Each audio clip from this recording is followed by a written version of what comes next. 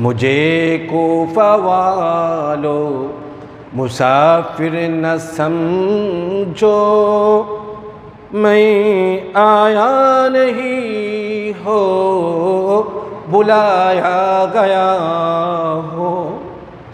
হযরত ইমাম হুসাইন বলেছিলেন, আমাকে শুধু তোমরা মুসাফির মনে করো না, আমাকে তো তোমরা দাওয়াত করেছো, দাওয়াত করে আমাকে নিয়ে এসেছো। বুলায়া গায়া হো, আমাকে ডাকা হয়েছে, আমাকে দাওয়াত করা হয়েছে।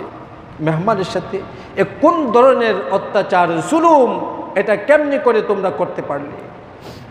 আল্লামা ইকবাল কত সুন্দর করে সেই কথাটা বলতেছিলেন, মুঝে কোফা ওয়ালো মুসাফির না সমঝো, मैं आया नहीं हो बुलाया गया हूँ।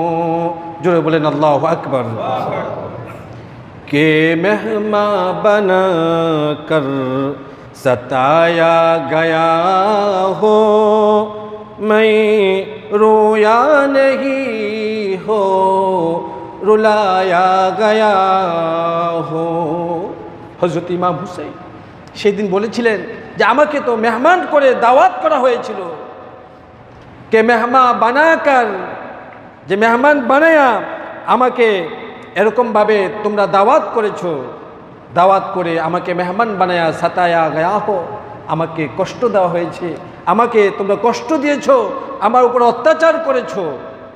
আমি তো কাঁদতে আসি নাই এখানে, আমি তো এখানে কাঁদতে আসি নাই, আমাকে তোমরা কাঁদিয়েছো। আমার কলিজার টুকরা আলিয়াসগড়ের কলিজা বেদ করে তোমরা তরবারি, তোমরা তীর ছুঁড়েছো। আমার কলিজার টুকরা নিষ্পাপ সন্তান আলিয়াসগড় দুনিয়ার থেকে বিদায় নিয়েছেন। সেজন্য কবি আল্লামা ইকবাল রহমাতুল্লাহ আলাইহি তিনি সুন্দর করে এই কবিতাটা রচনা করেছিলেন। মুঝে কোফা ওয়ালো মুসাফির না সমঝো, मैं आया नहीं हो बुलाया गया हो, मैं आया नहीं हो बुलाया गया हो।